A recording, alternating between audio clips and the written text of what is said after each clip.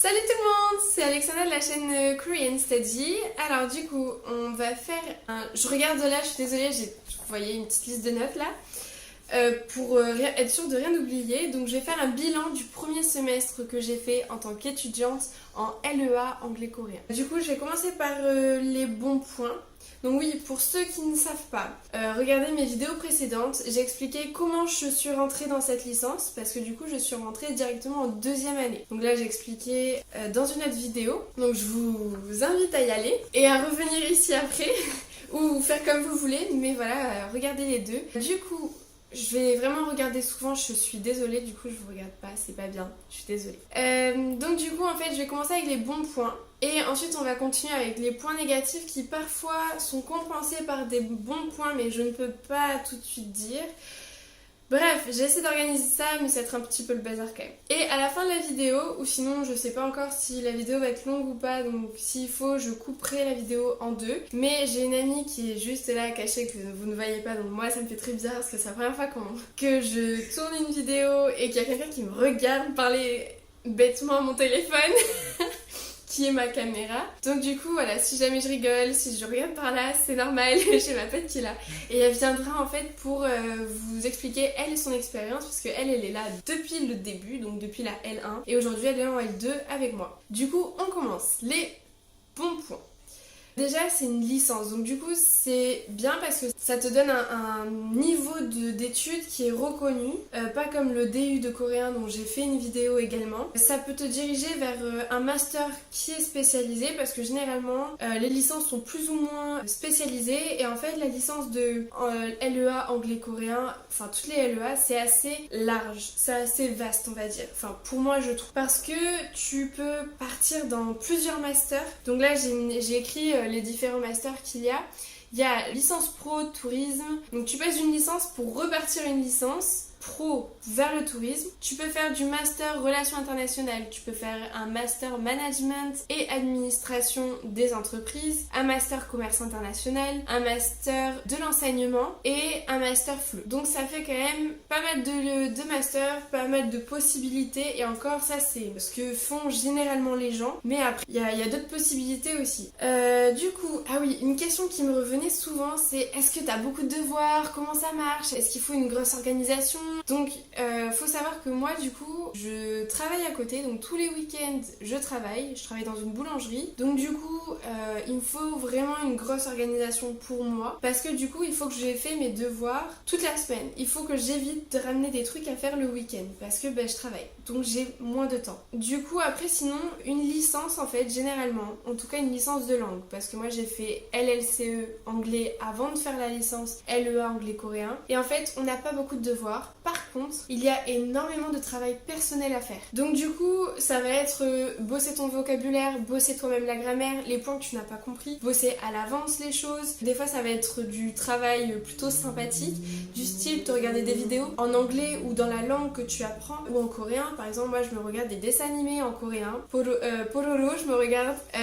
Par exemple, ça me permet de retenir du vocabulaire que j'ai vu en cours, ou d'en apprendre du nouveau et tout ça, et puis de faire mon oreille aussi à tous les sons coréens, comment dire, à l'accent coréen aussi, parce qu'on peut avoir des profs qui sont français et pas coréens, donc c'est un accent qui est différent. Donc du coup voilà, généralement pas beaucoup de travail, de devoirs en fait, de devoirs donnés, mais beaucoup de travail personnel à faire. Ce qui m'amène au point négatif, forcément.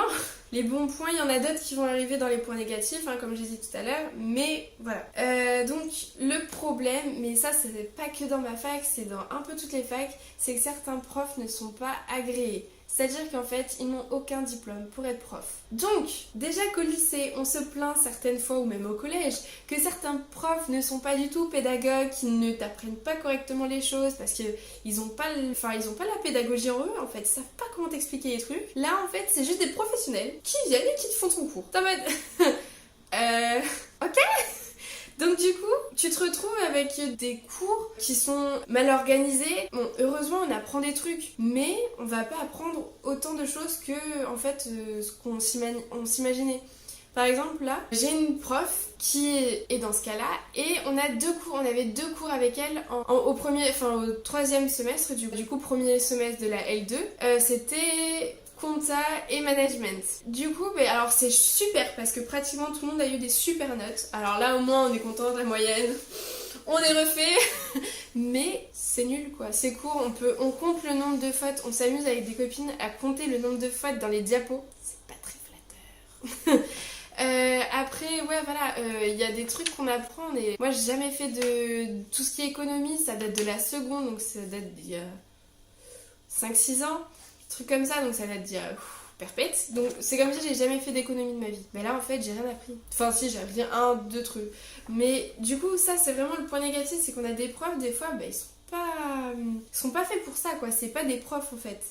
Mais heureusement, là, ce semestre-ci, c'est compensé parce qu'on a un super prof dans 2 matières et là, on apprend gavé de choses.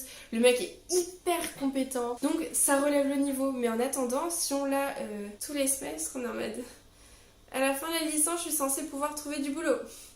C'est pour ça que je conseille de faire un master après ou de faire une licence professionnalisante après cette licence. Parce qu'en fait, la licence, ça vous apporte, suivant les profs que vous avez eus, rien.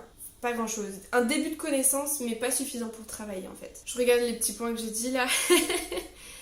Ah oui, il y a parfois, notamment, je trouve, dans les cours de coréen, en tout cas moi, donc dans ma fac, une mauvaise organisation des cours. Par exemple, là, en civi coréenne, on a eu un prof au premier semestre, enfin au 3e semestre, et là on a une nouvelle prof pour ce semestre. Et quand on lui a dit ce qu'on a fait le semestre dernier, elle nous a dit « Ah, c'est ce que je suis censée vous faire en 3e année. » Ah bon ? Chouette! Donc en fait on va voir 2 fois la même chose et du coup certains trucs qu'on était censé apprendre au semestre dernier, on l'a pas appris. Donc du coup ça chamboule un peu tout, bon elle s'est organisée, je crois qu'on va tout rattraper etc. Mais en attendant en fait c'est une mauvaise organisation. Il y a certains profs qui ne vont pas assez vite en coréen et en fait du coup tout le monde s'ennuie. Que tu sois mauvais, super bon ou moyen, en fait au bout d'un moment tu décroches parce que c'est trop lent. C'est fatigant en fait, donc si ça te fatigue, surtout quand t'as le cours qui termine à 19h, t'en peux plus. C'est très long. Mais après, ça veut pas dire que c'est des mauvais profs, c'est juste qu'ils vont un peu trop lentement. Donc des fois on leur dit, des fois ça marche, des fois ça marche pas. Mais bon là il y a une prof qui a dit qu'elle allait aller un peu plus vite. Ça a monté un petit cran, un demi-cran.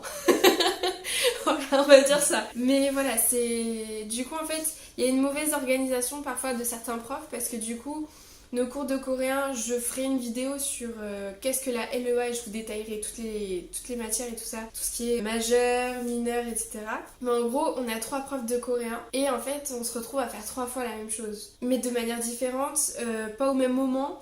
Donc un truc... qu'on va voir, la leçon A, on va la voir en septembre, avec un prof, avec un autre prof, on va la voir en juillet, enfin en juin. Et on l'a déjà vu il y a longtemps là, c'est bon, on a déjà vu, on passe. Donc c'est pénible parce que du coup on a l'impression de pas avancer aussi vite qu'on veut. Donc du coup voilà, c'est une mauvaise organisation des cours qui fait qu'en fait du coup à la fin de la licence, quand on regarde la fac ou quoi, on nous dit oui, vous allez pouvoir vous exprimer correctement et tout ça.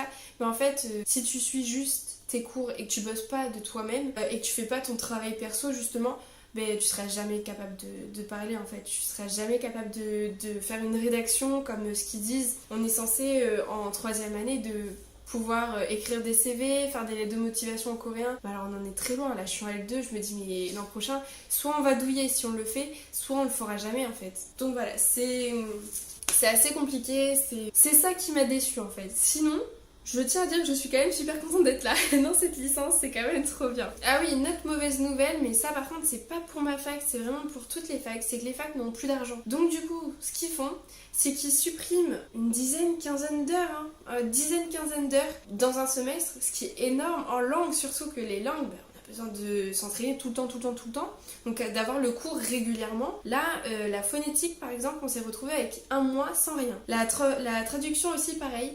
1 mois sans rien. On était là, hey les gars, on a besoin de ça.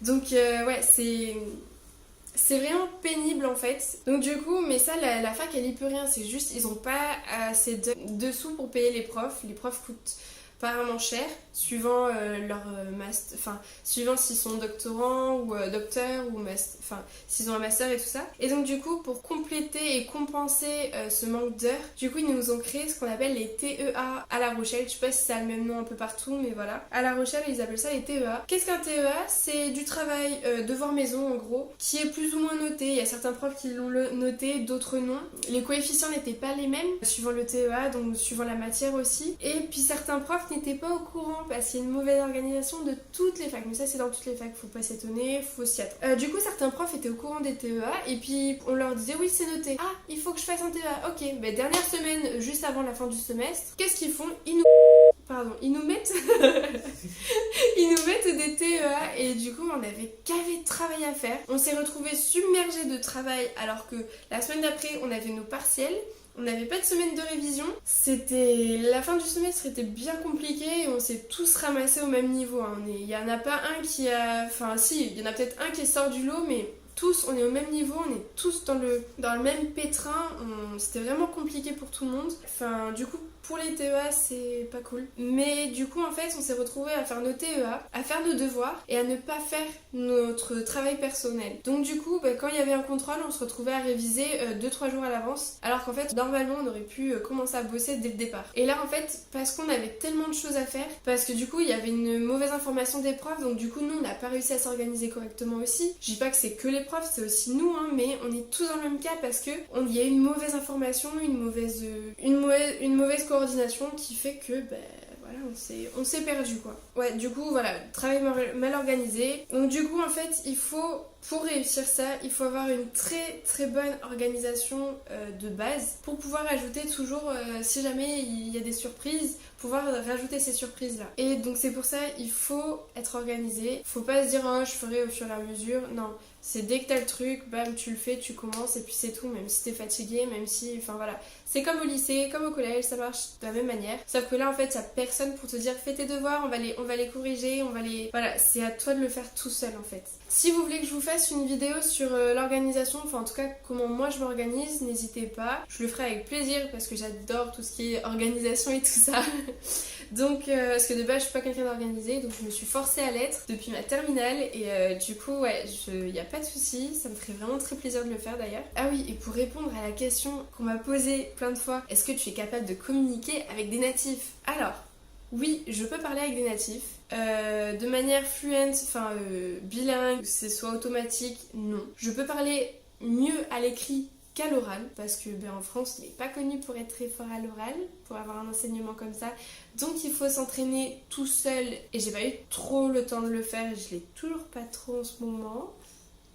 Alors que j'arrive à trouver du temps pour travailler ça. Et puis en fait, de toute façon, je pense que ma copine vous dira si c'est possible ou pas, mais je pense que à partir du moment où tu as vu les 3 premières leçons de grammaire, il faut, et que tu sais lire le Hangul, l'alphabet coréen, il faut parler avec des natifs. Que ce soit à l'écrit ou à l'oral, il faut. Parce que sinon, en fait, si tu commences pas dès le départ, ça va te poser problème par la suite. Et en fait, le décalage entre l'oral et l'écrit peut être assez important. Et moi, c'est le cas. Et je pense que c'est le cas pour beaucoup d'entre nous. Et pour pallier à ça, en fait, et pour ne pas arriver dans notre cas à nous, il faut, dès le départ, essayer de parler coréen. Tu sais dire juste ton prénom, tu dis pas, c'est pas grave, tu dis 안녕하세요, 저는 알렉산드입니다. Tu sais dire que ça, mais tu le répètes. Et puis voilà, et puis au bout d'un moment, t'auras un super accent pour dire 괜찮아요, 사랑해, 안녕하세요, etc. Et ce sera beaucoup mieux. Et du coup, voilà. Donc pour faire un petit récap, comme je l'ai dit, il y a des bons points parce que du coup, il y a une grosse opportunité. T'as le temps, t'as 3 ans en fait pour choisir quel métier tu veux faire, quelle spécialisation tu veux faire, etc. Le point négatif, c'est qu'il faut travailler beaucoup tout seul. Faut pas compter sur les profs. D'ailleurs, il y a une chaîne, c'est Paolo Z.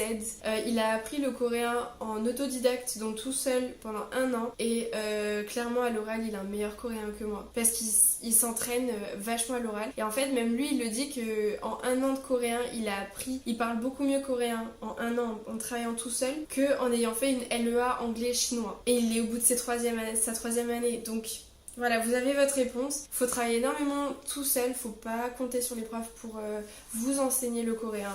faut travailler soi-même. Mais sinon après, bah, c'est cool. Moi j'aime bien ma fac, je suis contente. Je suis contente de ma licence, je suis trop contente d'être là parce que bah voilà, je peux faire ce que j'ai envie quoi. Bah en fait je vais couper les vidéos là, je vais faire une deuxième avec mon ami parce que je vois que ça commence à être un peu long. Donc bah du coup je vous dis à bientôt pour la deuxième partie et ben voilà.